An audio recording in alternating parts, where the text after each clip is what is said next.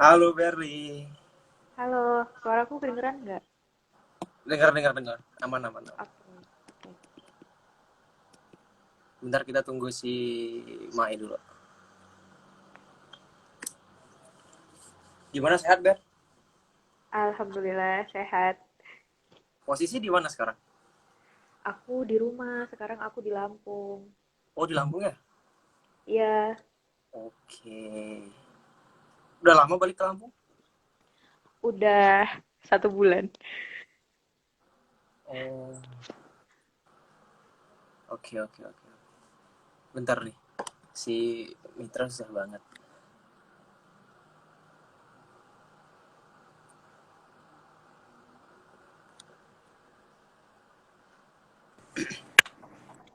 Oke, si Halo, Mae. halo.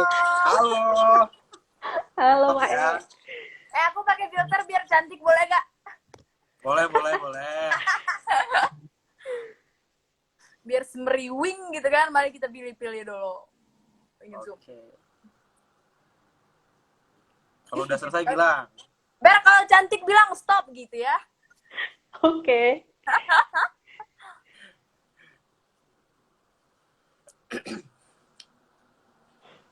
Udahin Ber gitu. Lama ya. Udah deh ini aja deh.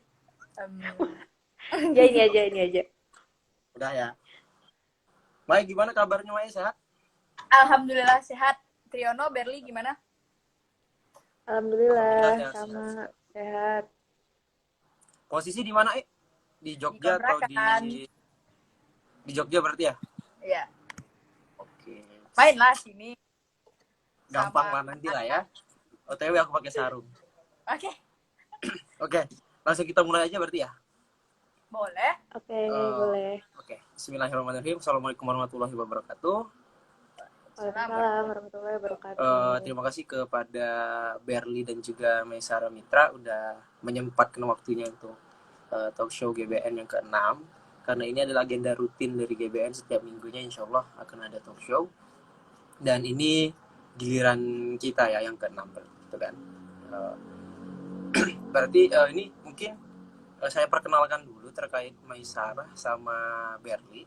Untuk Maisarah ini alumni Visipol Ilmu Pemerintahan 2017 dan juga Berli alumni Pendidikan Bahasa Inggris ya Ber? Iya. 2017 juga, dan saya sendiri alumni Hukum 2017 dan memang masih fresh graduate semua sih ya, insya Allah alhamdulillah. Jadi di sini uh, saya selaku moderator akan memandu talk show ini terkait nanti Maisarah dan juga Berli ini akan membagikan cerita mereka, kehidupan setelah mereka menjadi fresh graduate ini selama kurang lebih beberapa bulan belakang ini, dan mungkin nanti ada tips dan trik dari mereka untuk teman-teman yang yang akan merasakan fresh graduate ke depannya atau bahkan melakukan langkah-langkah selanjutnya gitu. Karena dari mereka berdua sudah mempunyai pengalaman kerja yang mungkin cukup bisa dibagikan nanti ya. Gitu ya. Oke. Mungkin uh, kesibukan masing-masing sekarang apa nih? Dari Berli dulu deh, kesibukan untuk sekarang apa? Oke, kalau aku sendiri kesibukannya sekarang, aku jadi research assistant buat salah Hmm? satu dosen di FKIK. Nah, Oke. karena eh, apa ya, aku WFH kan, makanya jadi aku pulang ke rumah gitu. Sebelumnya juga ada di Jogja kok, dan tapi ada sesuatu yang mengharuskan aku pulang, jadi aku pilih pulang dan kebetulan kerjaannya juga bisa WFH gitu. Oke, berarti sekarang sibuk jadi salah satu asisten dosen FKIK tapi secara WFH ya? Iya, benar. Oke, berarti terus kalau Maisarah gimana nih kesibukannya sekarang apa? Ya kurang lebih sama sih kayak Berli. Kok bisa sama gitu ya? Ya tim FKIK juga nih risetnya berarti? dosen juga. Kebetulan tim risetnya dosen pembimbing saya waktu skripsi kemarin. Jadi di masa senggang ini bantu-bantu di riset centernya beliau sama persiapan buat studi lanjut. Oke, wow berarti mau lanjut nih ya, Maisarah mau lanjut Insya S2 nih Allah. kayaknya. Oke, siap, semangat semangat semangat semangat. Nah mungkin langsung langsung aja kita bagi pengalaman terkait life after graduate ini dari Siapa dulu nih yang mau kasih pengalamannya setelah menjadi sarjana muda baru-baru ini? Monggo. Mau dari Berli dulu atau Mas Sarah Boleh, dulu? mau siapa dulu Lulusan nih? tercepat kita dulu dong, Berli gitu. Oke. Boleh Berli langsung disampaikan apa nih pengalaman atau kesannya setelah menjadi fresh graduate akhir-akhir ini?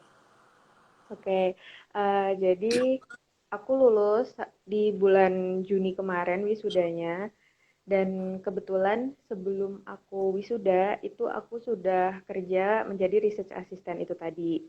Hmm. Nah, jadi sebenarnya apa aja sih yang aku lakuin baik sebelum maupun sesudah aku lulus dari kuliah kayak gitu kan. Nah, yang pertama itu yang pasti kan kita pengen ya kalau kita tuh sudah lulus, kita langsung mendapatkan pekerjaan. Apalagi pekerjaannya itu tuh sesuai sama passion kita, sesuai dengan apa yang kita inginkan, dengan minat bakat kita gitu kan.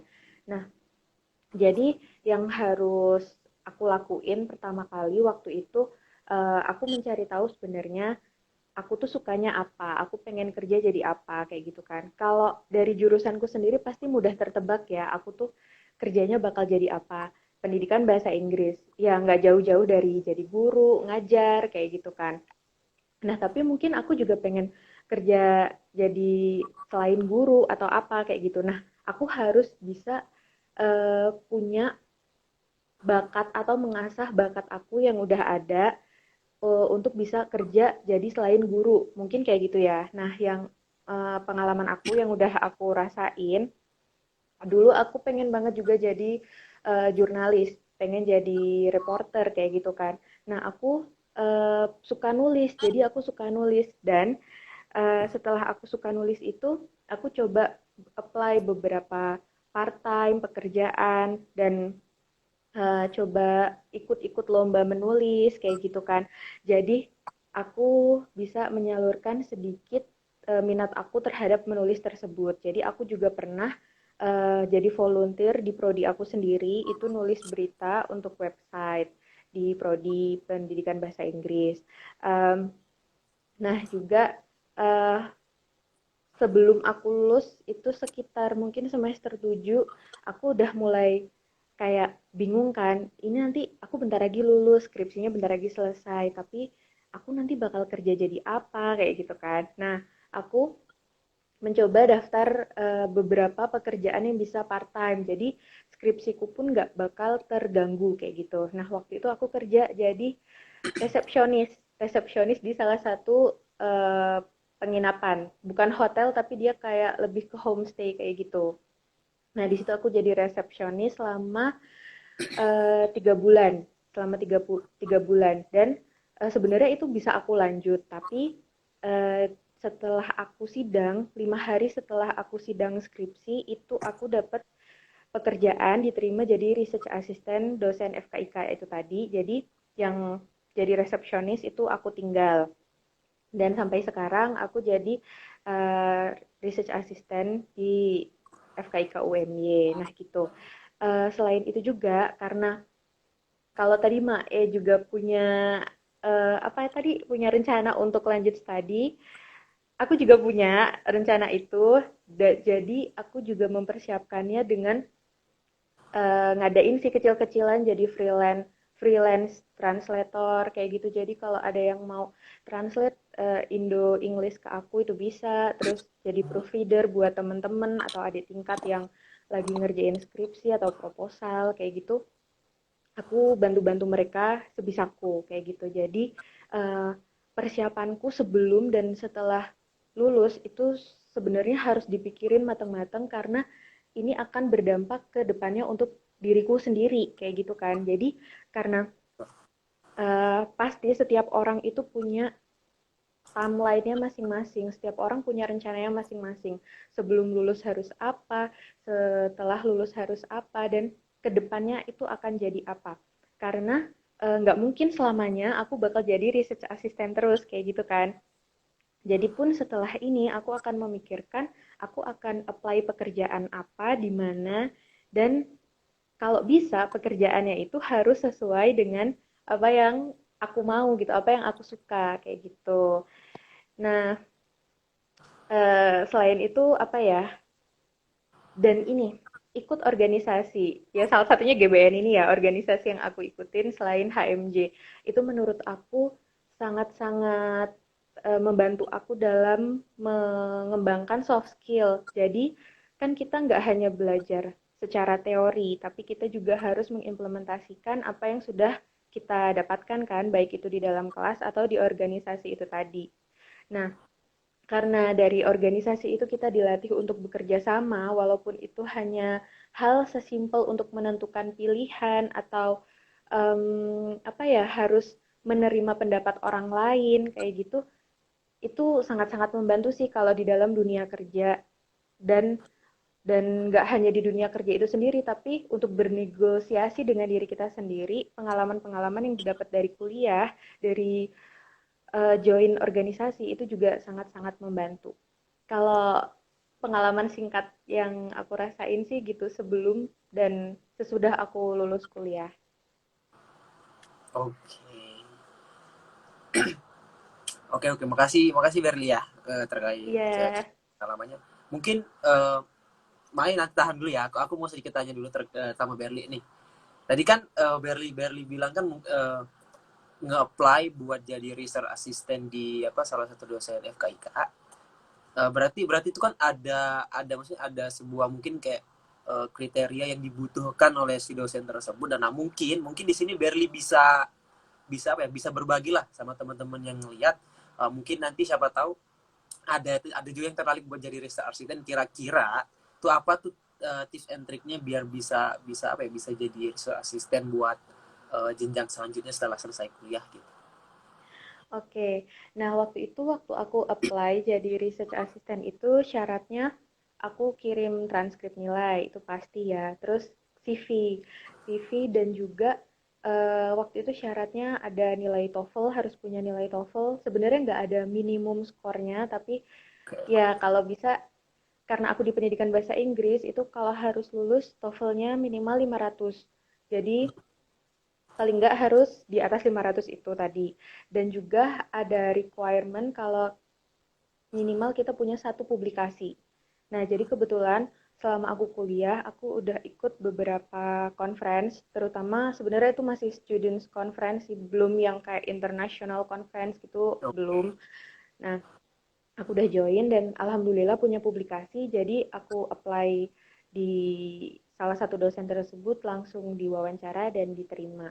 Jadi karena pekerjaanku sebagai research assistant mungkin beda-beda ya kalau pekerjaannya Mai sebagai tadi itu asdos dosen itu juga mungkin berbeda. Kalau aku itu lebih ke nulis artikel.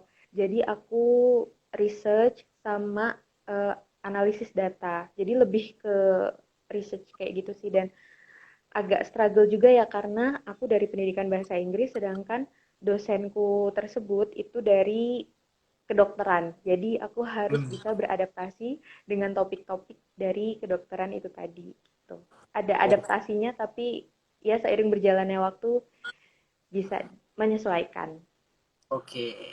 Berarti itu mungkin sedikit tips and trick dari Berli ya buat teman-teman yang mau coba buat jadi research assistant setelah jadi fresh graduate, karena kan eh, jadi research assistantnya salah satu dosen itu kan memang jadi apa ya, sebuah pengalaman juga ya buat kita sebelum nanti ke dunia Iya kerja yang benar. benar-benar eh, mungkin keras ya, ada kata-kata dari beberapa orang gitu kan. Nah terus satu lagi nih Ber, tadi kan mau rencana mau apa ya, lanjut nih ya, lanjut ke jenjang yang berikutnya gitu kan, maksudnya pendidikan ya, pendidikan bukan yang lain, oke. Jenjang Iya. pendidikan selanjutnya, nah itu kira-kira dalam waktu dekat ini atau berapa tahun kemudian atau dalam waktu dekat ini udah ada nge-apply ke salah satu universitas atau bagaimana? Kalau untuk lanjut studi sendiri itu udah kepikiran tapi tidak dalam waktu dekat ini sih. Jadi aku masih pengen buat nyari pengalaman untuk memperbagus CV sebelum apply beasiswa karena sebenarnya lebih mantep buat apply beasiswa daripada S2 tapi ngebiayain sendiri gitu. Jadi Betul. sembari sembari mencari pengalaman juga mungkin mencari uang saku ya untuk kedepannya kalau mau apply beasiswa kan karena nggak dengan 0 rupiah tapi ya pasti adalah sedikit yang harus kita keluarkan untuk persiapan kita apply beasiswa kayak gitu. Jadi tidak dalam waktu dekat ini, tapi insya Allah mungkin ya tahun depan atau tahun depannya lagi itu aku Oke, sudah akan mendaftar gitu. oke. Berarti sekarang bisa dibilang fokus untuk upgrade diri sendiri aja dulu ya sebelum nanti bisa Iya, juga ke benar. jenjang pendidikan selanjutnya. Oke, makasih Berli. Nanti kita lanjut lagi. Sama-sama. Oke. Oke, sekarang kita lanjut ke Mae nih. Boleh diceritain nih kehidupannya setelah menjadi fresh graduate? Kalau kehidupan setelah fresh graduate tadi seperti yang udah saya bilang di awal tadi, ya paling kesibukannya bantu-bantu di kantor, persiapan research dan lain-lain, bikin proposal, ngolah data dan lain-lain kayak gitu. Kalau dalam waktu dekat ini sih kemarin selain coba ngeplay beasiswa sama beasiswa, saya juga coba ngajuin ke dosennya yang bersangkutan yang apa namanya yang saya kerja sama beliau. Uh, adakah kira-kira apa namanya rekomendasi-rekomendasi yang nantinya bisa menunjang studi saya. Terus selain itu kemarin juga kan lagi pembukaan CPNS besar-besaran tuh. Nah kemarin saya juga coba daftar, alhamdulillah lanjut ke tahap tes berikutnya. Mungkin itu aja sih kalau kehidupan saya setelah lulus. Tapi memang agak berbeda kehidupan kita pas kuliah sama setelah kuliah ini. Pusing-pusingnya agak berat dikit. Karena ngelihat kawan-kawan yang udah ada yang mendapat pekerjaan tetap, udah kuliah lagi, jadi agak beban sendiri gitu loh. Apalagi kalau ditanyain, sekarang kesibukannya apa gitu loh. Jujur aja sebagai seorang research assistant itu tuh masih gemeter gitu loh di kalangan masyarakat gitu. Kayak, oh itu ntar kerjanya ngapain, jadi apa gitu loh. Jadi kan kalau saya pribadi ya nggak usah minder gitu loh. Dari apa yang kita dapat sekarang tuh ya syukuri. Gimana cara kita menjadikan hal itu jadi ladang kita untuk cari ilmu, cari pengalaman dan lain-lain ya kayak yang dibilang sama Berli tadi untuk ngeramein CV dah gitu. Biar nanti pas kita nge-apply pekerjaan yang kita inginkan tuh orang-orang itu tertarik dengan kita gitu loh. Apa nih bedanya orang nih? Apa nih pengalamannya gitu loh. Oke, oke. Berarti emang ada sedikit banyaknya perubahannya setelah jadi fresh graduate ya untuk sekarang ini gitu. Apalagi situasi sekarang kan ya jauh berbeda dengan situasi normal sebelumnya ya, ada pandemi COVID-19 juga. Ya, semoga pandeminya bisa segera berakhir lah. Mungkin buat teman-teman ini kan sekarang udah jadi fresh graduate nih, sarjana muda di tahun ini. Nah mungkin di GBN ini kan pengikutnya banyak nih ya. Ada yang apa namanya? Ada yang banyak senior juga, ada yang akan join setelah pada saat cukup semester untuk mengikuti apa namanya? KKN mandiri. Nah, mungkin ada ini nggak tips dan trik dari Mae sama Berli saat menjadi mahasiswa tuh apa yang harus dilakuin biar nanti ke depan itu nggak kaget gitu.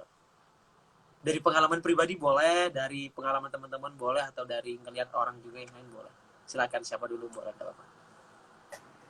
Coba dulu nih, Mae. Ya, aku Mae dulu dulu. deh. Bener banget kayak yang dibilang Berli tadi, melalui kegiatan-kegiatan yang kita ikuti di kampus kayak ikut volunteer, misalnya aja panitia mataf atau ikut BEM, HMJ, GBN, banyak tuh pengalaman yang dapat kita ambil gitu loh. Karena memang kita yang awalnya dari SMA mungkin kehidupannya beda dengan kuliah, ketemu sama orang itu ketemu banyak kepala gitu loh. Dan itu ketemunya bukan yang orang Sumatera aja, Jawa aja, ketemu dari kawan-kawan dari mana-mana gitu loh. Jadi sedikit banyak dapat membukalah pikiran kita ke depannya, hidup saya mau gimana nih gitu loh. Misalnya kan kalau gini-gini aja dengan persaingan atau lingkungan sosial yang kayak gini, saya bisa maju nggak kira-kira gitu loh. Jadi dari pengalaman organisasi sih pentingnya kita mengenal gimana manajemen waktu, kerjasama dengan tim gimana, relasi dengan orang gimana gitu loh, cara komunikasi gimana, yang pastinya itu tuh manfaat banget, guna banget sama kita pas udah lulus. Jangan kan udah lulus, pas jadi mahasiswa aja, pas kita tahap 1, semester 1 atau semester 2, terus pas kita nantinya semester 4 atau semester 5, kalau ilmu-ilmu yang kita dapat di organisasi itu kita terapin, ya itu tuh kerasa banget manfaatnya gitu loh. Kayak kita di kelas aja misalnya nih, kita di kelas yang awalnya belum bisa jawab pertanyaan dosen, masih malu-malu. Nah di situ tuh kepercayaan diri kita tuh mulai keasah gitu loh, nggak yang cuman duduk diem, ntar kalau dosen udah ngelirik-ngelirik kita sembunyi gitu loh. Jadi itu kita udah ada keberanian setidaknya untuk unjuk diri gitu loh, untuk tampil gitu. Itu deh. Oke, Banyak. makasih. Mungkin dari Berli sekarang? Nah, oke, kalau tadi dari Ma itu membahas tentang tipsnya yaitu ikut organisasi, aku pengen nambahin aja sih kalau pada dasarnya mungkin secara garis besar itu adalah tipsnya kalau ingin menjadi seorang fresh graduate yang siap untuk menghadapi dunia setelah lulus kuliah itu adalah memiliki relasi atau networking kayak gitu. Nah, dan relasi itu bisa didapat dari salah satunya organisasi atau mungkin juga pertemanan. Kita nggak bisa menyepelekan bahwa mungkin teman kita saat TK atau sekolah dasar itu akan menjadi salah satu jalan untuk menuju kita mendapatkan pekerjaan.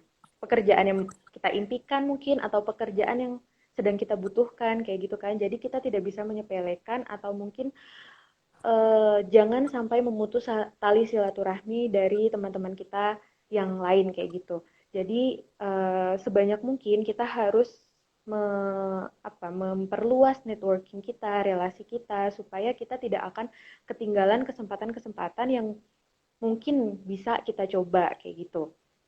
Nah, selain secara garis besar yaitu relasi, juga dengan mengikuti magang atau mungkin ya kalau mahasiswa terkenalnya dengan part time ya.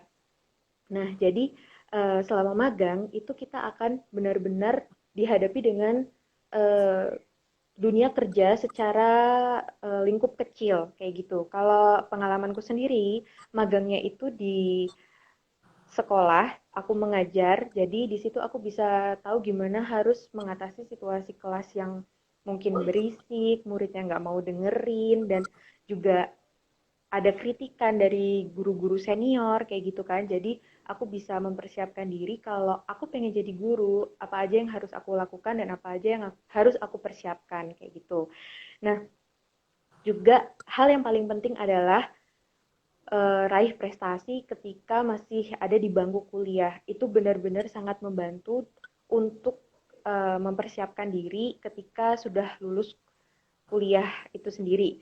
Jadi kalau ada prestasi itu akan sangat gampang untuk apply pekerjaan, apply beasiswa. Ketika ditanya pas wawancara itu nggak bingung, kalau ditanya oh ada pengalaman apa, sudah mendapatkan penghargaan apa, mungkin ada pertanyaan seperti itu, kita tidak bingung kayak gitu. Dan juga kalau ikut lomba itu juga menambah relasi itu tadi sendiri, dan bisa dipastikan relasi-relasi yang didapatkan itu adalah orang-orang yang hebat dan mungkin orang-orang yang uh, baik atau apa namanya itu dia itu capable dalam bidang-bidang tersebut kayak gitu.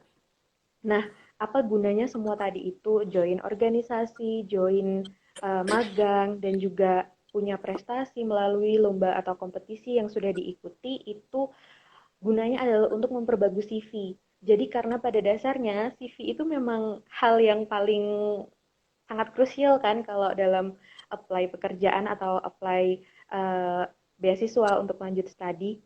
Jadi pasti kalau disuruh ngelamar kerja apa yang harus dikirim? Application atau surat lamaran dan CV. Sebenarnya hanya sesimpel itu, tapi kualitas dari CV itu benar-benar harus dibuat seindah mungkin, dipercantik dan diisi dengan kualitas-kualitas yang mumpuni untuk posisi yang pengen didaftarin kayak gitu. Dan juga tipsnya adalah baik sebelum ataupun sesudah lulus kuliah sebar lamaran atau application sebanyak-banyaknya karena kita nggak bakal tahu mana yang bakal didapat. Alhamdulillahnya kalau dari semua yang disebar itu keterima, kita tinggal milih mau masuk ke yang mana. Kita bisa pilih yang terbaik yang mana. Tapi kalau uh, mungkin sedang tidak beruntungnya, tidak ada yang keterima atau hanya satu, ya alhamdulillah kan kita kan sudah menyebar beberapa, tidak hanya menyebar satu, dan dengan menyebar beberapa application tersebut, kita akan menghemat waktu. Mungkin kita nggak akan kehabisan waktu, bahkan bisa menjelajahi lebih banyak hal baru lewat waktu yang kita punya dengan tidak terbuang sia-sia. Itu tadi tips dari aku sih, nambahin punya Mai. Oke, oke, oke. Betul, betul, betul, betul. Apa yang dibilang sama Mai sama Berli juga itu semuanya betul gitu ya. Tapi pada intinya itu memang semasa kita kuliah itu berorganisasi itu suatu hal yang penting ya. Karena bisa membangun relasi kita ke depannya nanti itu seperti apa, karena kita nggak tahu siapa yang akan bantu kita ke depannya nanti gitu kan. Berarti ini sekarang saya mau tanya nih, aku mau tanya, kan Berli sama Mai Saramita ini kan anggota dari keluarga besar Generasi Bakti Negeri. Kira-kira kesan dan pesan apa sih atau poin penting apa yang kalian dapat selama kalian bergabung dengan Generasi Bakti Negeri ini yang nggak kalian dapat di tempat lain? Mungkin Monggo. Maya bisa menjawab dulu. Maya, aku istirahat ngomong terus. Ya mungkin seperti yang teman-teman juga rasakan ya, kita gabung di GBN itu prosesnya agak panjang sampai kita akhirnya punya adik baru gitu, punya SSP 7 gitu. Kira-kira 3 tahun ya, 2019, 2020, 2021 ya? Ya, kurang lebih 3 tahun lah ya. Iya nggak sih? Betul. Ya dari 3 tahun itu ya tentunya kita banyak menghadapi lika-likunya gitu loh. Yang kita awalnya dihadapkan dengan kemunculan COVID, gimana kita berjuangnya ngelawan COVID, cari dana buat berangkat, sampai kita punya opsi untuk melanjutkan KKN sendiri dulu, dan lain-lain. Nah, dari masa yang panjang itu tentu kita nggak lepas dari yang namanya bosan, jenuh, dan coba-cobaan lainnya gitu kan. Nah, di situ kita diuji gimana komitmen kita, gimana keseriusan kita, gimana cara kita untuk mengatasi hal tersebut gitu loh. Mungkin kadang dalam waktu yang lama itu kita memang butuh istirahat gitu. Jadi nggak ada salahnya kalau kalian, kalau teman-teman semuanya ngerasa capek dalam proses berjuang, dalam proses mencapai tujuan itu, nggak ada salahnya untuk rehat sejenak gitu loh. Kalau saya sih waktu di GBN juga sering kadang sehari 2 hari ngilang, pergi main dulu, pergi dolan gitu kan.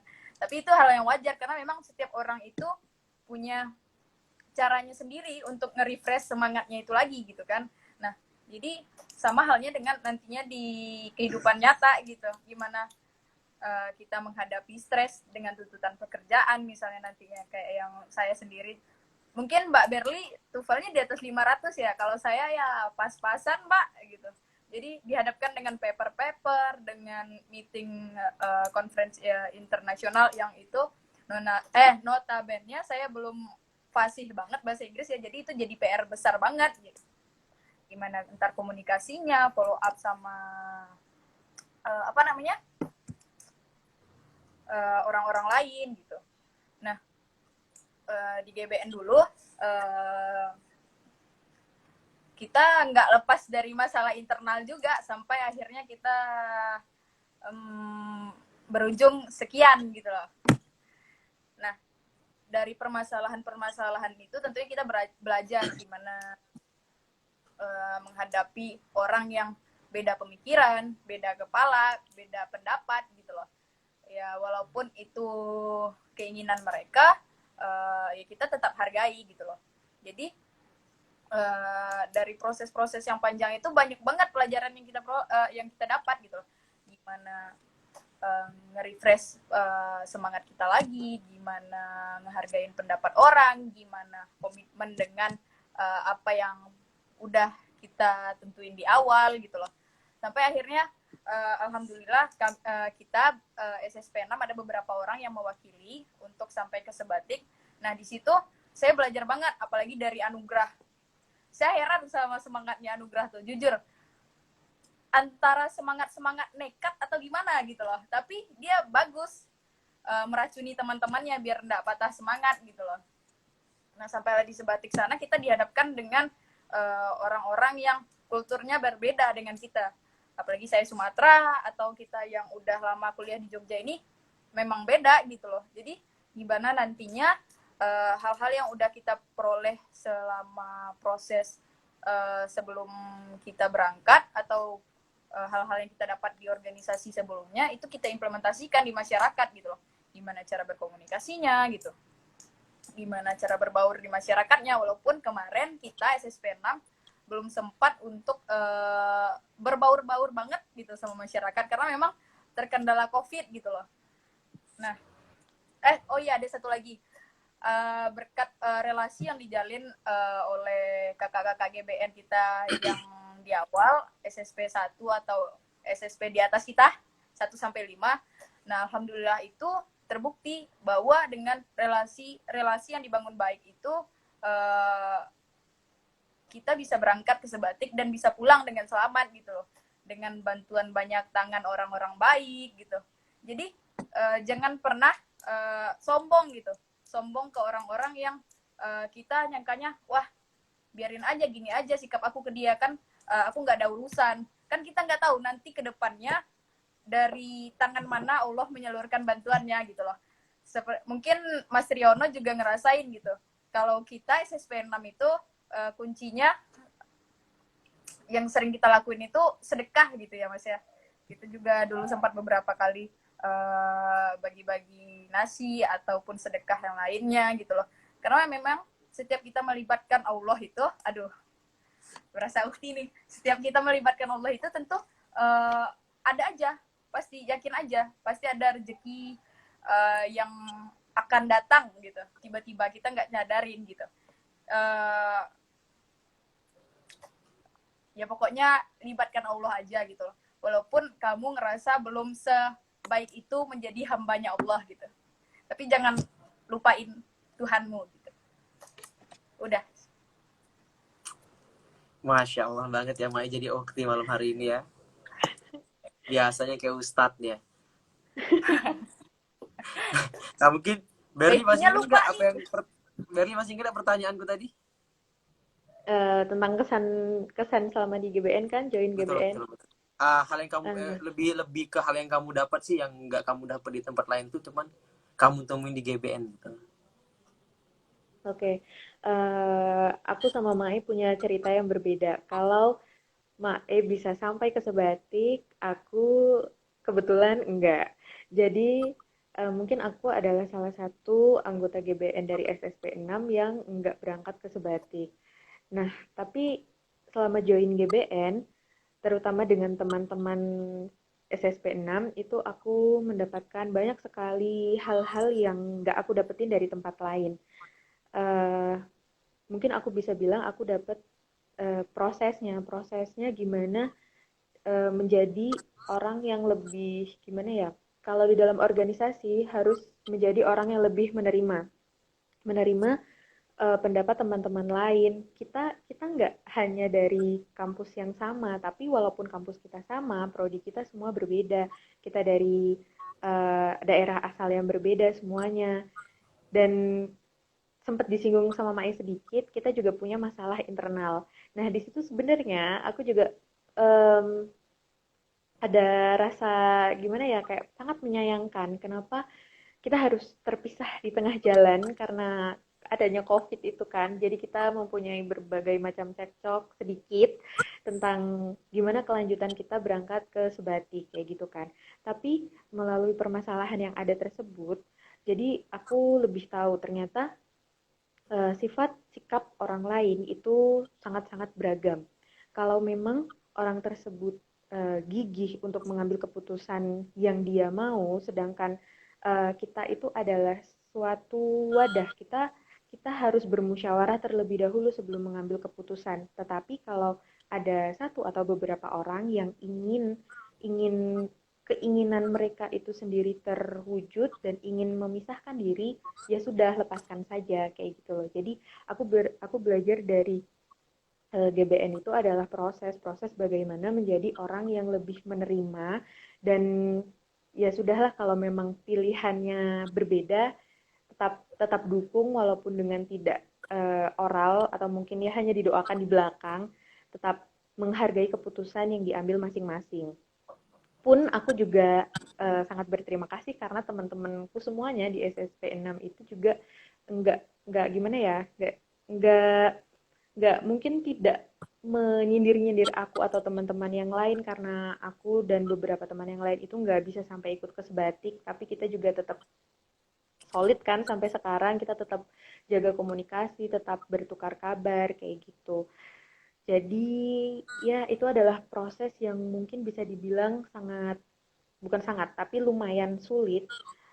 Tapi aku benar-benar dapat value-nya bahwa memang kehidupan itu tidak seindah cerita-cerita fiksi kayak gitu loh. Jadi kita Betul. memang harus menghadapinya dengan apa adanya dan jangan terlalu memaksakan kehendak apalagi itu kehendak orang lain. Jadi ya tetap support satu sama lain itu adalah kunci dari semuanya agar tidak terpecah belah. Gitu aja sih kesan yang, Oke. tapi itu benar-benar kesan yang sangat berharga dan aku sudah mendapatkannya melalui GBN. Terima kasih Oke. GBN. Oke, terima kasih GBN ya. Mau kepada siapapun, makasih GBN udah ya menerima kita semua ya jadi bagian dari GBN, keluarga besar GBN yang luar biasa sih ya. Senior-seniornya luar biasa baik. Keluarganya juga luar biasa, memang nggak bisa dirasakan mungkin ya. Cuman kadang-kadang terasa gitu. Kira-kira eh, dari penjelasannya teman-teman yang buat teman-teman yang nonton, dari penjelasan yang yang dijelaskan oleh Berli sama juga Mae, mungkin ada pertanyaan nggak nih terkait life after graduate dari mereka berdua? Mungkin bisa ditanyakan nanti, akan dijawab oleh mereka. Monggo kalau teman-teman ada yang mau ditanyakan, boleh ditanyakan, nanti kita akan jawab gitu. BTW udah pada makan belum nih berdua? Maaf, belum. Kita traktir ya. Wah, belum ada makan rupanya ya. Mau di GoFoodin nggak? Tapi boleh boleh boleh.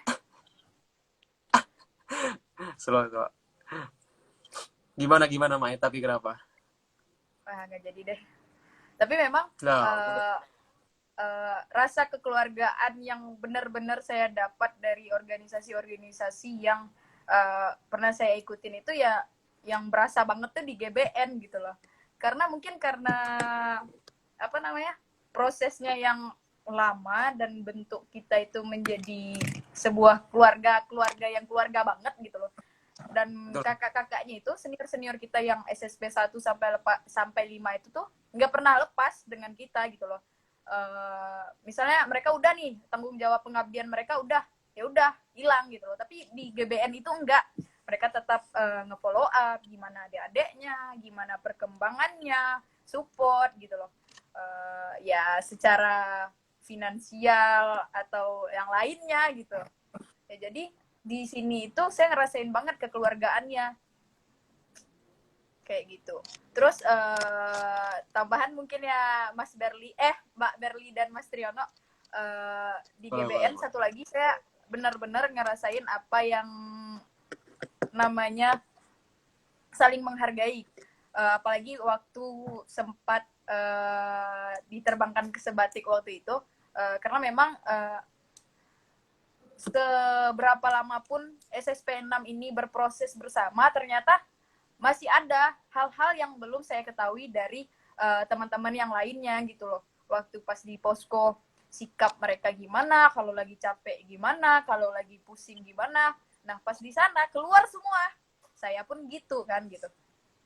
Jadi di sana ya kita saling coba hargain gimana perasaannya, gimana keadaannya, apakah mereka lagi capek, gimana gitu loh. Jadi saya sendiri sempat ngerasain beberapa kali dari teman-teman yang di Sebatik SSP 6 kemarin, yang pas ditanyain, ini gimana? Terus nggak direspon. Tapi raut wajahnya kesel sambil ngamplas misalnya. Wah, mungkin dia lagi capek. Gitu kan. Ada yang teman-teman yang seperti Mbak Esti yang pecicilan mungkin ya, lari-lari kakinya kena parang. Terus ada teman kita yang bantuin Mas Irsyad yang datang seperti Superman nih. Tapi nyampe atas pingsan karena lihat darah. Jadi ya kita saling bantu aja, gimana kawan-kawannya yang mungkin nggak bisa lihat darah, ya kita backup aja misalnya kalau kawan kita yang lagi sakit, atau ada kawan-kawan kita yang nggak bisa ngupas bawang atau alergi bawang, ya kita ngertiin juga, ya nggak usah dipaksa gitu. Udah sih, itu aja sih. Oh, betul. Oke, makasih Mae atas tambahannya. Mungkin ini kok akhirnya teman-teman nggak ada yang mau nanya, ini nggak mau kepo sama kehidupan mereka berdua.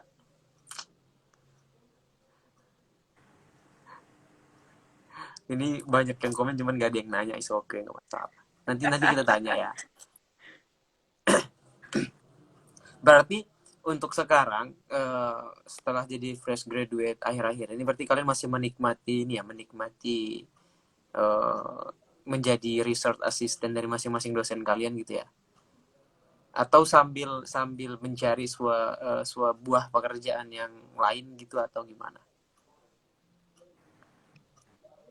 Kalau aku pribadi, ya sambil cari yang lain karena aku merasa di sini bukan bukan apa ya, bukan ranahku. Ya kayak yang aku udah Oke. cerita tadi kan, Ya, ini kedokteran gitu loh, dan aku tidak punya sama sekali background tentang kedokteran. Jadi aku sambil mencari-cari yang mungkin agak lebih ya cocok untukku kayak gitu. oke. Kalau untuk Mae gimana? Masih menikmatin suasana saat ini? Atau ingin mencari sesuatu yang baru? Sebenarnya aku sendiri ya, aku pribadi ngerasain sebelum kita dapat pekerjaan tetap, aku dapat pekerjaan tetap itu nggak ada yang dapat dinikmatin secara gitu, secara seutuhnya gitu, karena memang masih ada deg-degannya gitu loh. Apakah ini bisa menjamin saya untuk kedepannya gitu, salah satunya kan, karena memang nggak bisa dipungkiri kalau kita udah selesai kuliah S1 itu, ya orang tua mau nggak mau lepas tangan gitu, apalagi secara finansial gitu loh. Jadi gimana caranya kita untuk nge-support finansial kita sendiri gitu loh. Kalau saya pribadi kemarin coba PNS ya, tahu ada rezeki gitu. Itu sih. Oke. Berarti sembari menjalani kehidupan yang sekarang setelah menjadi fresh graduate, jadi research assistant, berarti masing-masing tetap mencari sesuatu yang mungkin menjadi fashionnya tersendiri ya. Iya. Tuh. Nih tadi ada yang nanya nih si Asman, selama kuliah kemarin pernah magang nggak? Dari Berli ataupun Mae pernah magang di mana gitu, biar bisa diceritain tips dan triknya. Terus apa yang didapat selama magang dan bisa diterapkan di kehidupan setelah jadi fresh graduate gitu. Kalau aku magang udah dari semester 3 itu, tapi itu memang masuk SKS di prodiku, jadi list sekolahnya pun sudah ditentukan dari pihak prodi. Awalnya itu semester 3 aku ada di sekolah dasar, semester 4 dan 5 itu ada di SMP. 4 kalau nggak salah, 4 aja deh, 4 itu di SMP, dan 5 dan 6 itu ada di SMA. Jadi kan karena aku pendidikan, jadi mengimplementasikan mengajar sebagai guru itu ada di semester 6. Kalau di semester-semester sebelumnya itu hanya observasi dan membuat RPP. Kalau yang jurusannya pendidikan pasti udah nggak heran lagi tentang membuat RPP kayak gitu. Jadi dari magang itu yang aku dapatkan ya yang pasti tahu cara membuat RPP yang baik dan benar itu bagaimana, mengetahui KD, KD pembelajaran sesuai dengan kurikulum, dan juga bagaimana menjadi guru yang bisa handal dalam mengatur situasi yang ada di ruang kelas karena pasti setiap guru akan menjumpai kelas yang kurang kondusif kayak gitu. Jadi aku dapat dapat banyak insight juga sih bagaimana cara menjadi guru untuk ngajar yang lebih proper untuk siswa-siswanya kayak gitu. Oke. Nah, oke, itu dari Berli tadi ya, pengalaman ketika magang semasa kuliah. Nah, mungkin dari Mae, pernah magang atau langsung kerja kemarin? Kalau saya pribadi belum ada rezeki untuk bisa magang karena memang jujur waktu saya kuliah semester 1 sampai semester 5 itu saya masih nunda-nunda. Wah, ntar aja deh magangnya, udah semester 6 atau 7 udah seloan gitu kan. Karena memang waktu semester 1 sampai 5 itu kuliahnya masih padat banget gitu loh. Jadi waktu itu saya memutuskan memang dari awal saya ingin magang itu di semester-semester akhir. Nah, balik lagi ada pandemi COVID ini, semua rencana itu gagal gitu loh. Tapi saya memang nggak pernah magang, tapi pernah kerja part time kecil-kecilan gitu, jualan gitu. Kayak yang dibilang Berli tadi ya, selama kuliah itu tuh ya kita gimana caranya untuk cari hobi kita di mana, passion kita di mana, kita minatnya gimana gitu. Waktu itu saya sempat jualan 1 semester dan alhamdulillah untuk keuntungannya sendiri itu cukup memuaskan. Tapi memang balik lagi waktu kita kuliah itu 3 atau 4 gitu, kuliah masih padat-padatnya, kita dihadapkan dengan pekerjaan yang menghasilkan uang cukup menggiurkan. Ya jujur aja waktu itu sempat beberapa kali kuliahnya ditinggalkan waktu pas jualan gitu loh. Terus sampai akhirnya ketika semester 4 itu saya memutuskan untuk tidak lanjut lagi untuk jualan. Kenapa? Karena memang saya sadar waktu itu manajemen waktu saya masih belum oke gitu. Apalagi mahasiswa-mahasiswa yang jualan-jualan itu pasti ngerti lah, Mbak Berli juga tahu lah gimana kalau dapat duit pas kita jadi mahasiswa itu gimana gitu loh. Jadi saya ngerasa memang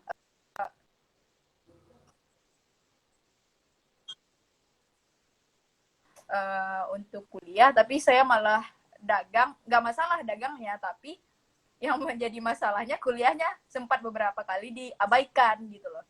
Jadi saya putuskan untuk tidak melanjutkan lagi dan fokus ke kuliah dan balik lagi ke organisasi-organisasi yang memang saya suka gitu loh.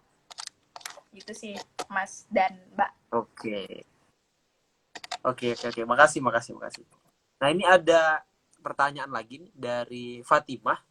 Itu Fatimah tuh kan kalau nggak salah yang jumpain kita di Sebatik pada saat itu ya. Ini dia nanya, ini jawaban dari pribadi masing-masing ya. Sebelum kan Mai sama Berli kan sebelum memilih GBN kan ada pilihan lain, kan ada pilihan KKN Mandiri lain. Terus kenapa sih memilih GBN? Terus ini ada pertanyaan dari Fatimah, kenapa kakak-kakak memilih Sebatik sebagai lokasi untuk KKN? Nah, mungkin dari siapa dulu nih? Dari secara pribadi pasti kan ada dari tersendiri nih.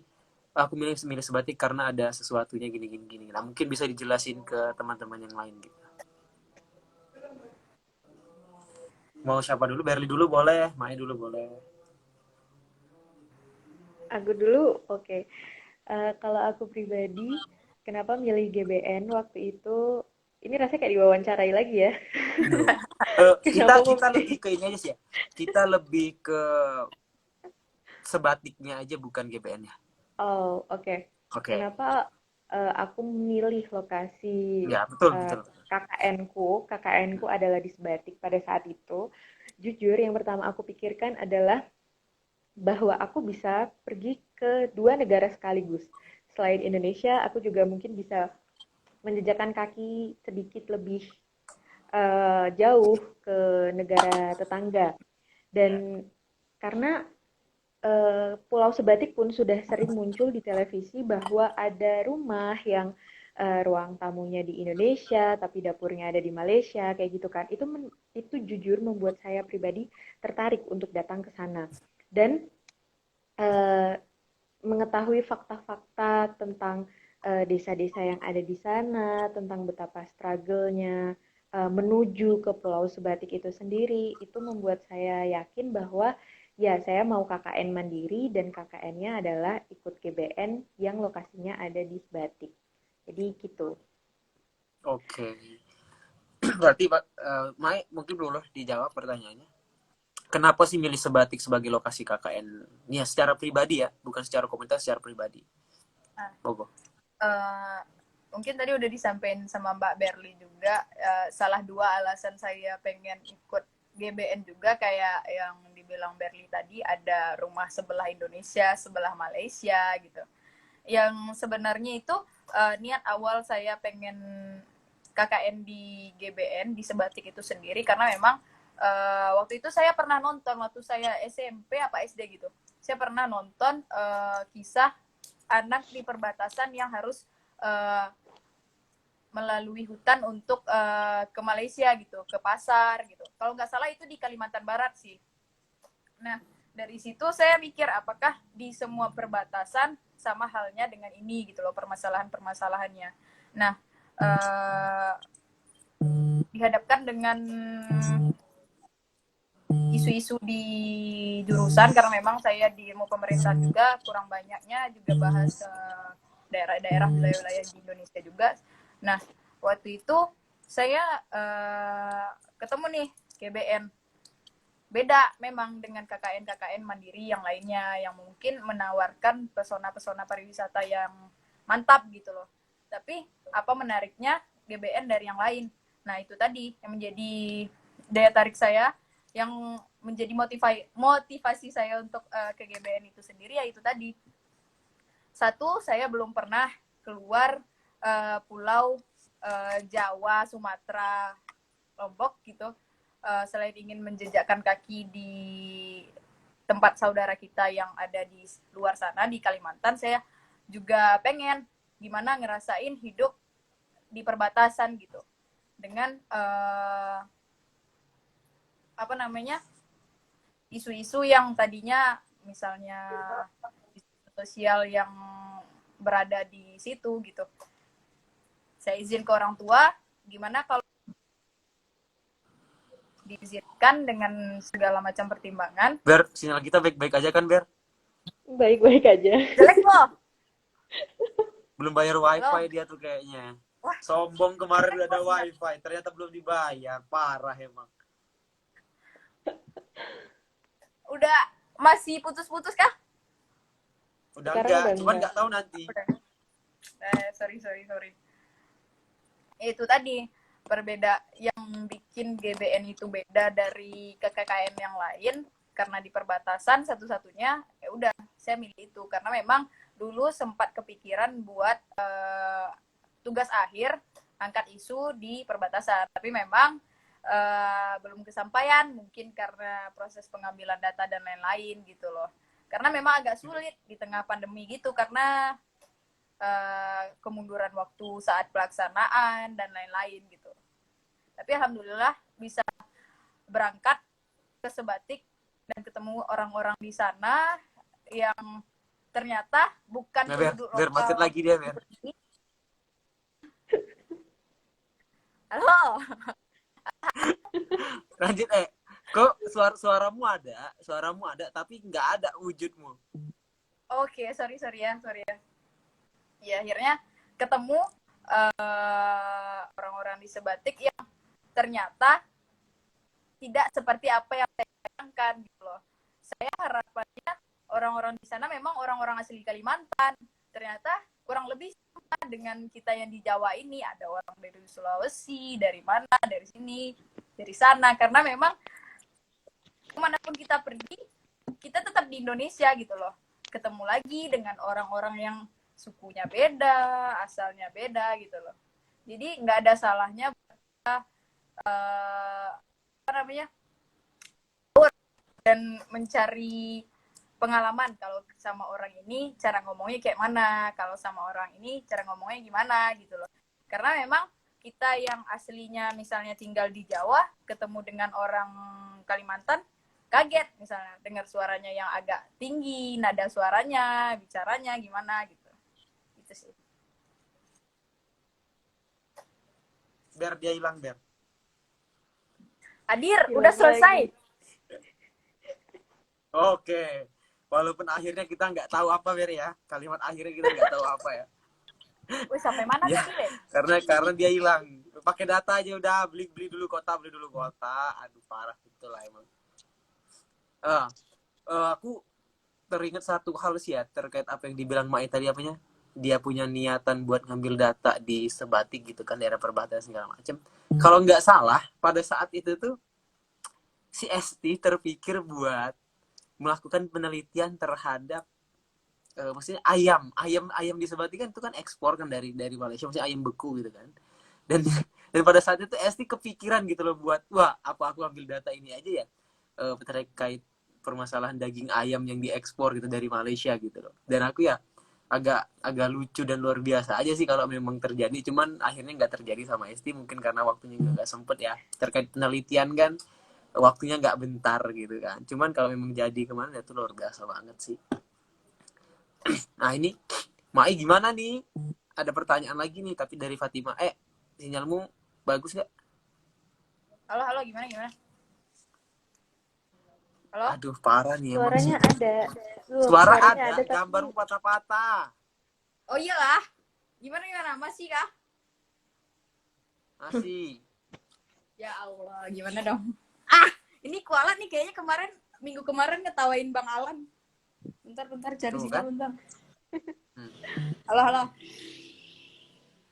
Ada Halo? suaranya itu, ada suara, ada gambar paling. Nah, oke ada. Oke. Oke. Ada aman. Oke. Nah, ini ada pertanyaan lanjutan dari Fatimah. Mungkin ke Maes ya ini sebenarnya ya. Terkait tadi kan udah menyampaikan alasannya kenapa memilih Sebatik sebagai tempat KKN secara pribadi. Terus ini Fatimah nanya lagi, terus gimana Kak ekspektasi sebelum dan sesudah ke Sebatik? Bentar.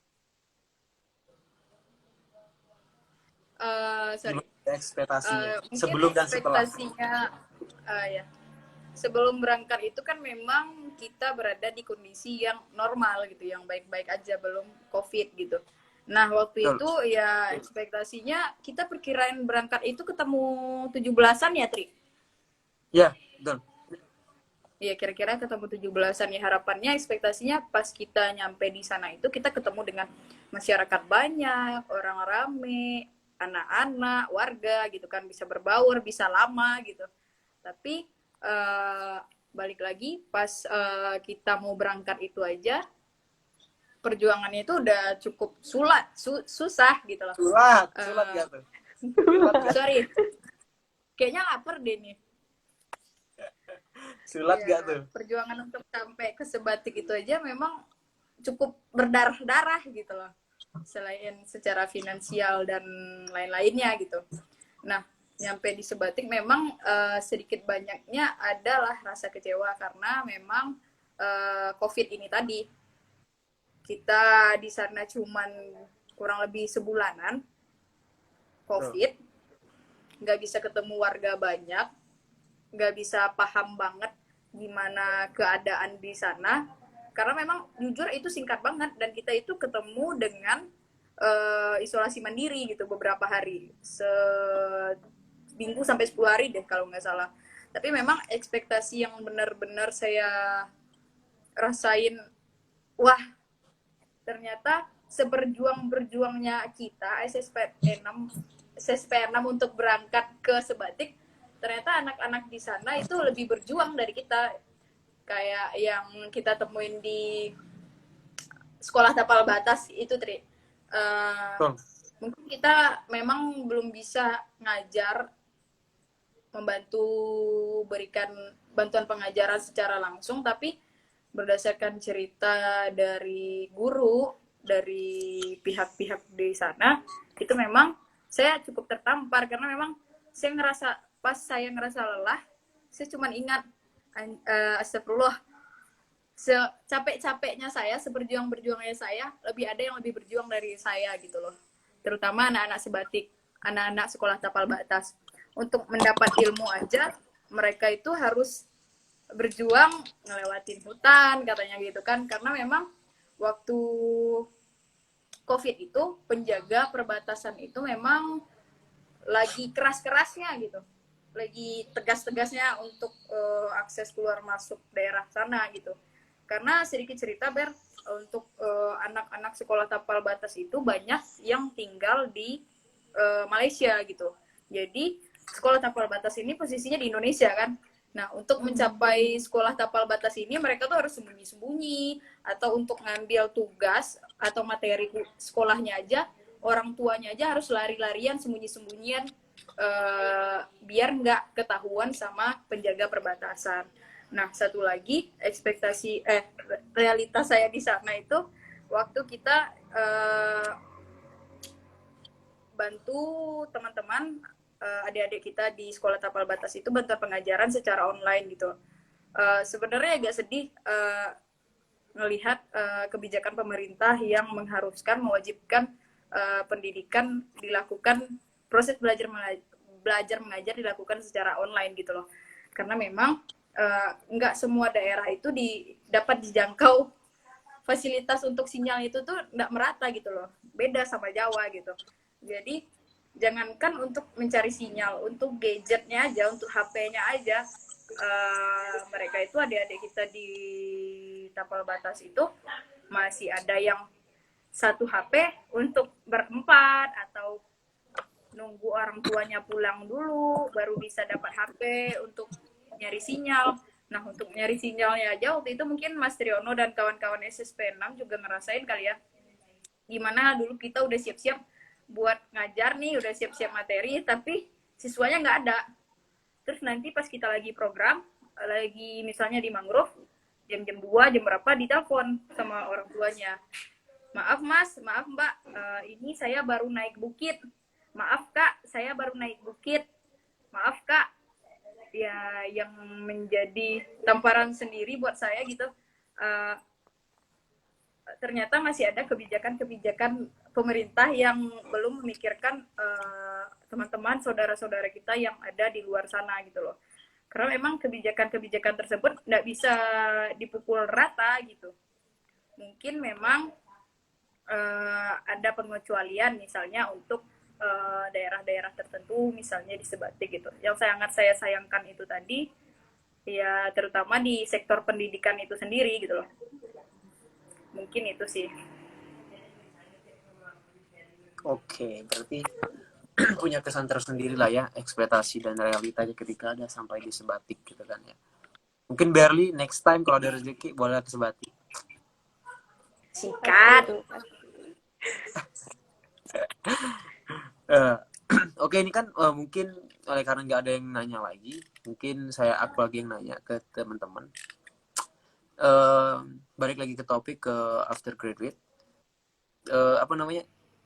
Setelah kalian menjadi fresh graduate sarjana muda di tahun ini, itu kira-kira dalam kehidupan kalian itu ada sesuatu hal yang berubah nggak? Mungkin dalam poin-poin aja, bukan misalnya bangunnya jadi siang atau makannya jadi nggak teratur atau segala macam, dibikin poin-poin aja biar nanti enak teman-teman mencernanya gitu. Monggo dari Berli dulu boleh. Kalau perubahan hidup sendiri yang pasti itu lebih menonjolnya ke kayak ke manajemen tentang finansial sih, karena kan udah nggak disupport, maksudnya nggak disupport sepenuhnya sama orang tua seperti waktu masih kuliah.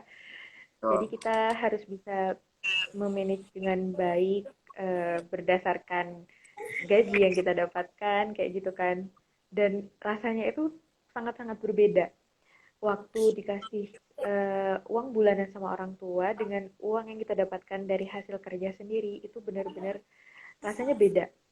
Mungkin seperti ada kebanggaan tersendiri kalau berhasil mendapatkan uang lewat usaha diri sendiri kayak gitu kan.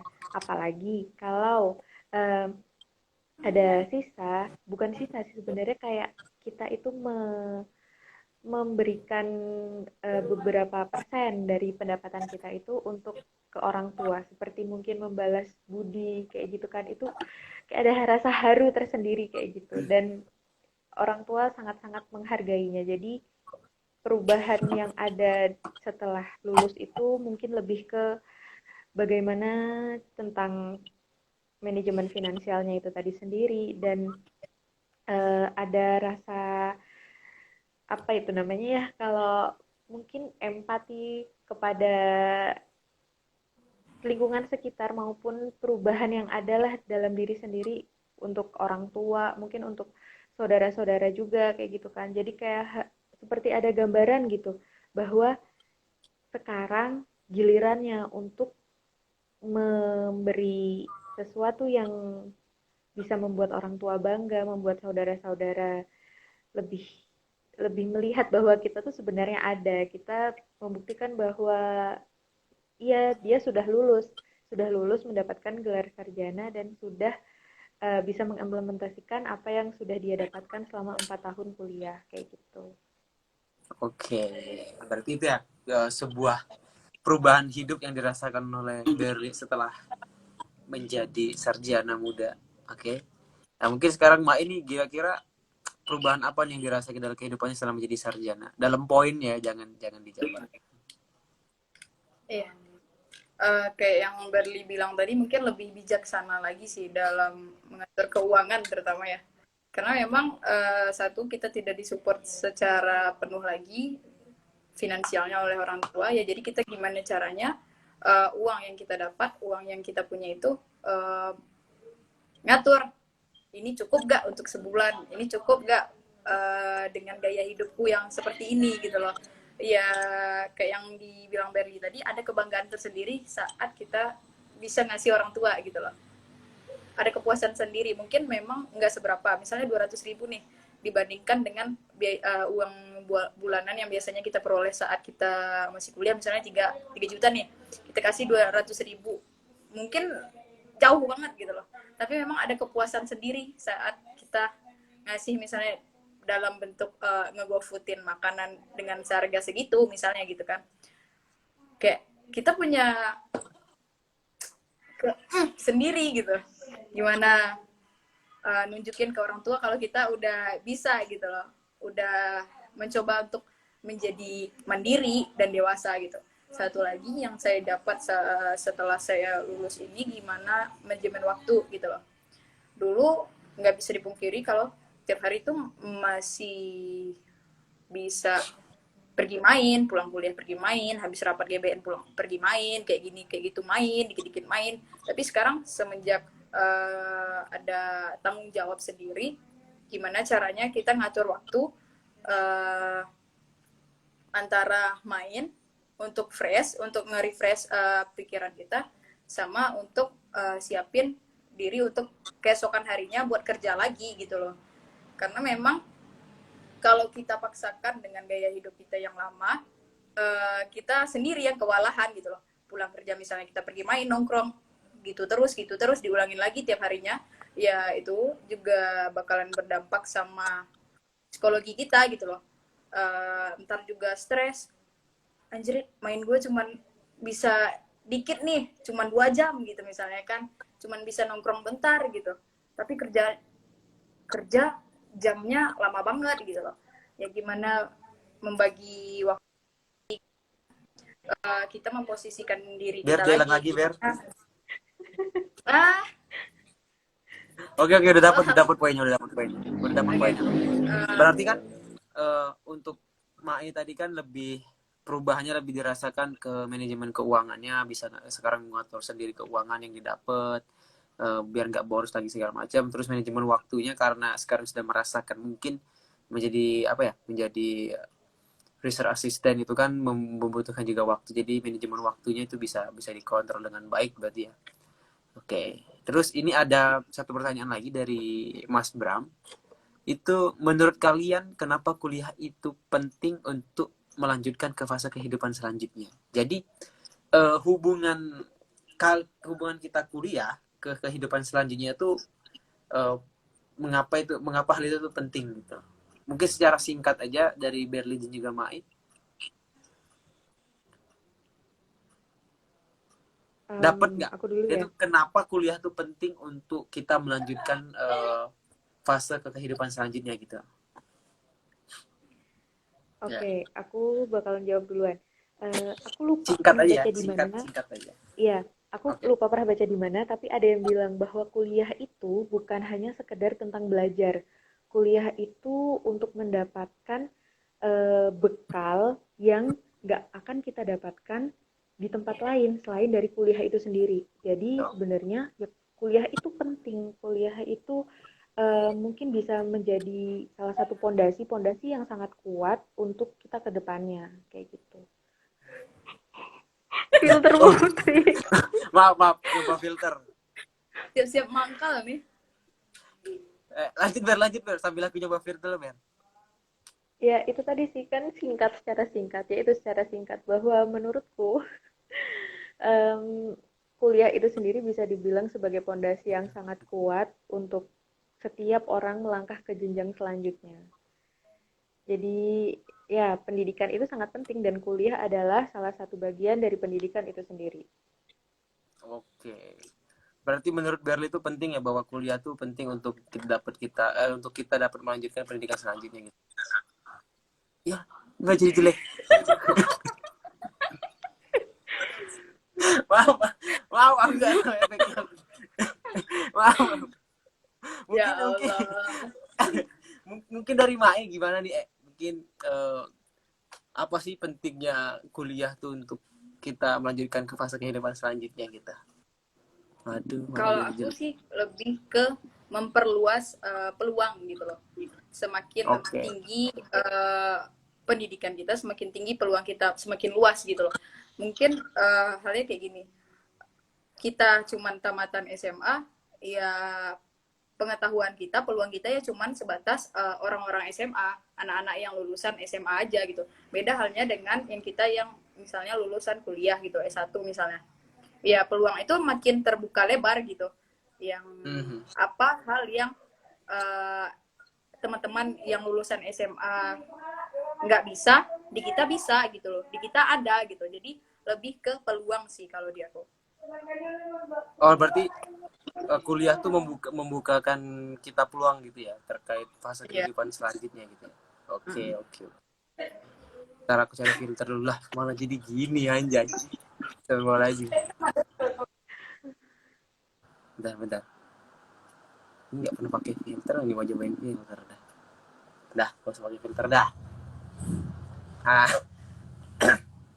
oke, mungkin itu jawaban dari untuk pertanyaannya Mas Bram terkait apa namanya terkait fase selanjutnya itu gimana gitu kan terkait ke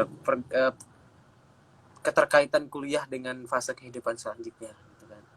Oke, mungkin karena udah nggak ada pertanyaan lagi, uh, mungkin dari aku ada pertanyaan penutup lah ya. Oh bukan, ada satu pertanyaan lagi sebelum pertanyaan penutup. Kan pada saat kuliah pasti prioritasnya hanya untuk mengejar nilai supaya IPK bagus, nggak ada yang mengulang segala macam. Prioritasnya rata-rata seperti itu gitu kan, untuk mengejar nilai dan cepat lulus dan IPK bagus. Nah untuk sekarang setelah kalian menjadi fresh graduate di tahun ini, prioritas apa di dalam kehidupan kalian sekarang ini? Apa yang kalian prioritaskan untuk kehidupan kalian untuk saat ini? Atau kamu menikah, Oke. atau bekerja, atau apa gitu kan? Kan bebas, prioritasnya masing-masing pribadi beda. Monggo, dari siapa dulu yang mau jawab? Oke, Sambil kalau aku nyoba aku filter ya, lagi, aku cari belum ada yang cocok nih filternya. ya kalau aku sendiri prioritasku untuk saat ini tetap nomor satu itu bekerja dulu. Karena melalui bekerja itu aku bisa mendapatkan banyak pengalaman yang akan mensupport rencana-rencanaku untuk kedepannya. Karena memang kita yang berencana tapi Allah yang berkehendak kan. Nah, untuk meyakinkan kehendak Allah tersebut kita harus berusaha semaksimal mungkin dan salah satu jalanku untuk meraih apa yang aku pengen dan aku sangat memohon kepada Allah untuk mengabulkan segala rencana-rencanaku itu melalui bekerja dulu. Aku akan mencari pengalaman sebanyak mungkin lewat bekerja, yang mana kemudian akan menunjang, akan mensupport rencana-rencana mimpi-mimpiku untuk kedepannya. Kayak gitu. Oke, berarti prioritasnya untuk saat ini tuh, aduh, malah ya. Prioritasnya untuk saat ini tuh apa namanya? Untuk mencari kerja dulu, pengalaman semakin banyak ya berarti ya. Dari Berli ya, Ya, dari. benar. Ya, Oke, itu oke. dari aku. Paham. Nah, sekarang dari Mak ini prioritas hidup hidup Mak sekarang apa sih terkait setelah menjadi fresh graduate? Ya Allah, malah hilang dah di Ya, orang. mulai lagi. Makanya bayar wifi, nyoba filter lagi aja lah. Aduh. Gak jadi ngeri-ngeri filternya. Bahaya nih biar. Udah malam lagi nih filternya, udah ngeri. Jatuh Mae. Aduh. Ya, hilang. Ya, dia hilang. Bentar.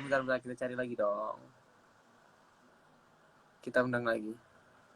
Bisa-bisanya nih filter. Berarti ada rencana balik ke Jogja kapan nih, Ber? Stay tune aja pokoknya tentang Oke. tentang aku, Kira-kira karena di mana tuh biar teman-teman bisa stay tune gitu kan, bisa tahu update-nya Berli ini di mana gitu. Di Instagram kah, Twitter atau apa gitu.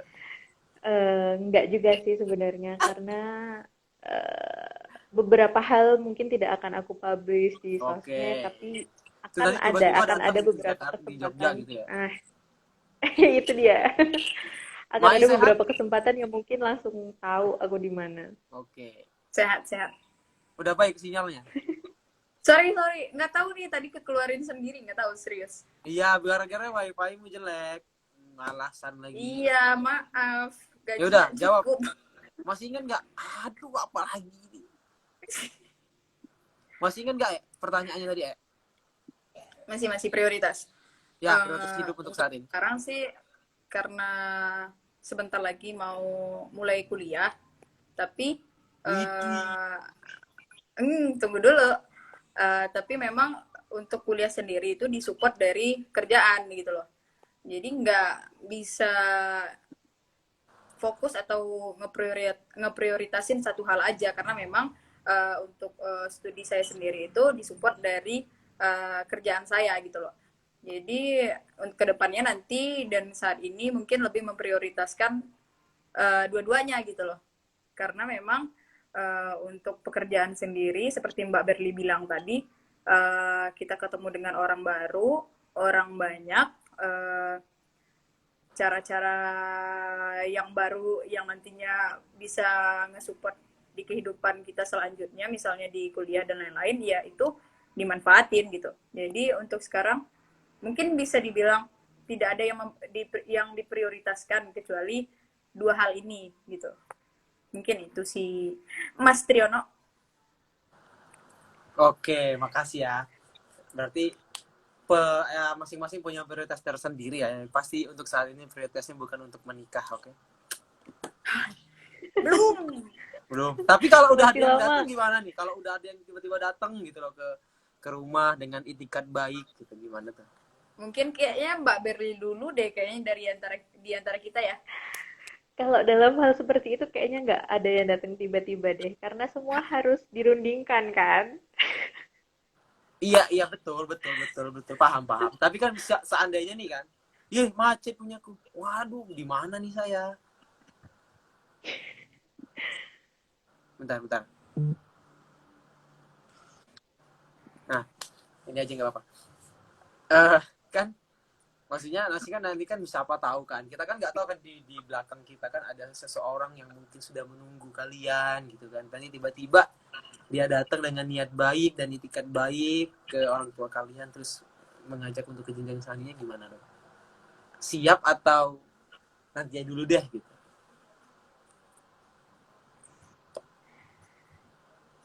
Iya, kayak yang udah aku bilang sih, semua tuh perlu dirundingkan gitu. Karena kalau untuk hal tersebut itu kayaknya nggak mungkin tiba-tiba datang. Oke. Dari Mai gimana nih? Terus tiba-tiba nanti ada yang kekontrakan gitu. Ngapain? Tukang paket.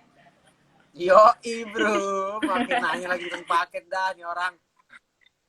Iya, kayak yang dibilang Berli ya, di kehidupan kita yang dewasa ini ya nggak ada yang tiba-tiba kayak yang dibilang Mas Riono segimanapun Mas Riono paksa mau tiba-tiba Kan? ya semuanya harus Ya. dirundingkan gitu, bukan ya apalagi perkara nikah gitu ya, mungkin saya sendiri yang belum siap itu tuh ya, sebagai teman hidup yang nanti ya hidup semati ya butuh waktu yang benar-benar matang gitu. Tapi kembali lagi jika memang ada rezeki, ya kita kan nggak tahu ya jodoh maut rezeki itu kan di tangan Tuhan ya. Ya kita lihat aja nanti ke depannya gimana.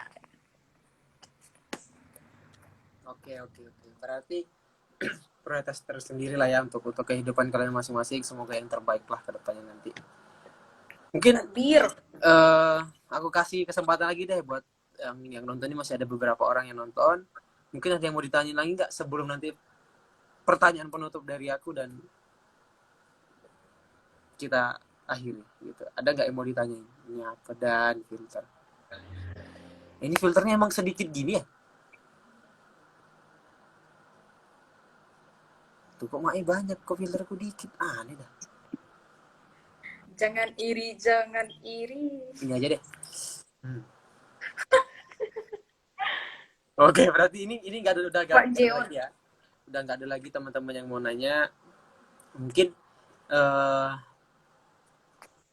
terakhir lah ya dari aku pribadi terkait pengalaman kalian yang sudah menjadi fresh graduate, sarjana muda untuk pada saat ini.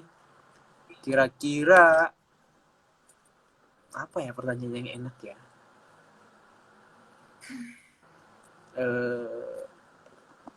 Ini aja deh, tips and trick buat teman-teman yang mungkin pada saat ini masih berjuang untuk menyelesaikan studinya. Itu sebelum mereka buru-buru menyelesaikan studinya, kira-kira apa nih dari pengalaman kalian pribadi itu yang bisa kalian sampaikan kepada teman-teman yang bakal menjadi sarjana muda seperti kalian? Dengan poin-poin aja sih, Ayo, misalnya Mai. rajin menabung, misalkan kayak gitu, bangun pagi atau kayak gimana gitu. Kalau untuk apa ya, mungkin setiap orang kalau seperti bangun pagi kayak gitu itu merupakan habit dan habit kebiasaan. Kita nggak mungkin merubah kebiasaan orang lain secara instan, apalagi hanya dengan membicarakannya seperti ini sekarang. Kalau tips and tricks untuk Bekal mahasiswa deh, tingkat akhir, bekal buat teman-teman nanti sih. bekal. Kalau bekal apa ya? Sebenarnya saya sendiri nggak bisa membekali mereka-mereka, Iya teman-teman yang betul, lain, saya tapi paham mungkin maksudnya. mereka Kasih bocoran lah ya mereka bisa Allah. Ini membekali, realistis banget mereka dah. bisa membekali dirinya sendiri dengan pengalaman-pengalaman yang mereka dapatkan saat kuliah. Kan ada tuh istilah-istilah ya bahwa ada mahasiswa kupu-kupu, kuliah pulang, ada yang kura-kura, kuliah rapat. Itu pilihan mereka sendiri. Tapi kalau bisa punyalah bekal untuk dirimu sendiri dengan aktif di masa perkuliahan. Jangan cuma kuliah itu adalah antara ruang kelas dan kamar kosmu, tapi mungkin Luar harus mengunjungi biasa. tempat-tempat yang lain kan. Harus mengunjungi tempat-tempat yang lain, bertemu dengan orang-orang banyak. Itu merupakan bekal yang sangat Malioboro penting berarti ya? karena bukan. Oh bukan, oke. Oh, tapi bisa jadi. Mungkin di Malioboro akan mengadakan sebuah proyek apa, itu bisa Oh jadi ya. loh. Mungkin pengen bikin video atau mewawancarai Bule. bule kayak Oh, gitu kan. Ya, itu bisa jadi menjadi relasi, iya nggak sih? Ketemu bisa. bule, terus minta nomor nomor apa nomor bukan nomor telepon ya, mungkin lebih ke WhatsApp. email atau alamat media sosialnya kayak gitu kan. Ya. Terus mereka ber berchat-chatan dan setelah itu dapat tawaran, di negaraku, contoh ya, di negaraku lagi butuh ini dan Misal. kayaknya kamu, iya. Ya. Jadi sebanyak mungkin tebarkan relasimu dimanapun kamu memijak bumi, di situ kamu harus punya relasi gitu. Siap, di mana bumi dipijak, di situ langit dijunjung. Oke, itu dia. Mungkin tips buat teman-teman yang bakal menjadi sarjana muda atau yang udah jadi sarjana, mungkin bisa diterapkan tipsnya dari Berli. Nah, sekarang dari Mai, gimana? Poin ya, poin. Kau cerita panjang lebar lagi. Kuki kau. Iya, mungkin lebih ke kayak yang Triono bilang di awal tadi, buat teman-teman yang masih berjuang di skripsi, jangan males-malesan, ya nikmatin aja prosesnya, tapi jangan mengesampingkan tanggung jawab kita sebagai seorang mahasiswa, sebagai seorang anak dari kedua orang tua, ya jangan dikesampingkan hal tersebut. Nah, buat teman-teman yang masih belum ada rezeki untuk melanjutkan studi misalnya, atau belum ada pekerjaan atau apapun lainnya, tetap semangat aja. Apply aja semua, misalnya beasiswa misalnya untuk lanjut studi, ataupun apply pekerjaan-pekerjaan ke tempat-tempat yang kita tuju.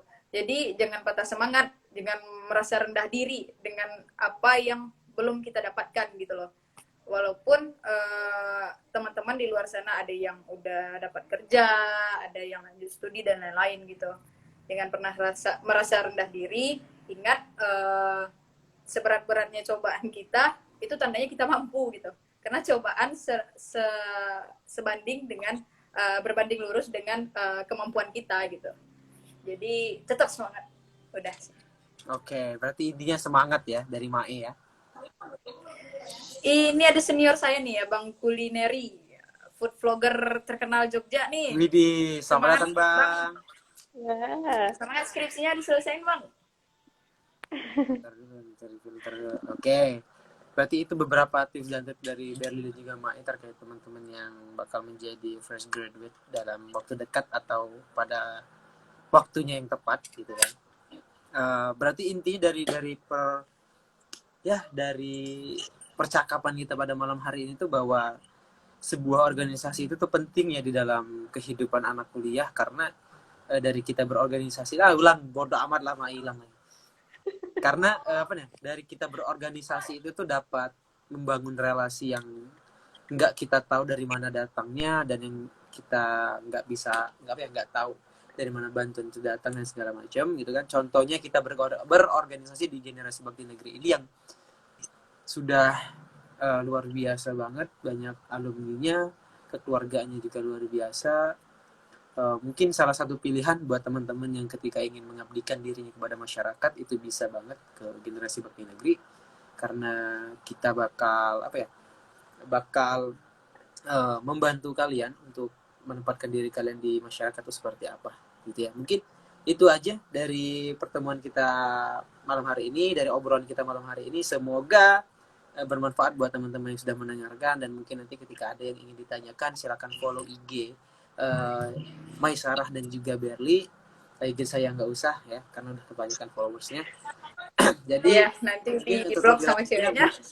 Nanti mungkin untuk lebih lanjut bisa teman-teman cari tahu sendiri bagaimana tentang kehidupan mereka berdua. Mungkin itu aja buat dari saya pribadi. Mungkin ada yang ingin disampaikan lagi atau udah cukup? Iya. Cukup ya. Ya, semoga apa yang aku sama Mae sharing-sharing kali ini itu bisa memberikan manfaat lah. Kalau nggak bermanfaat jangan diambil, ambil manfaatnya aja. Betul. Oke, terima kasih. Tadi saya juga mohon maaf ya, salah pilih filter, mohon maaf ya. Udah malam ya, gitu kan. Mungkin itu aja teman-teman, terima kasih banyak sudah menyempatkan waktunya untuk talk show GBN yang ke-6 ini. Semoga kita bisa bertemu lagi di lain waktu, disempatkan lagi waktunya ya. Kurang lebihnya saya mohon maaf. Wassalamualaikum warahmatullahi wabarakatuh. Waalaikumsalam warahmatullahi wabarakatuh. Bye-bye. Bye-bye.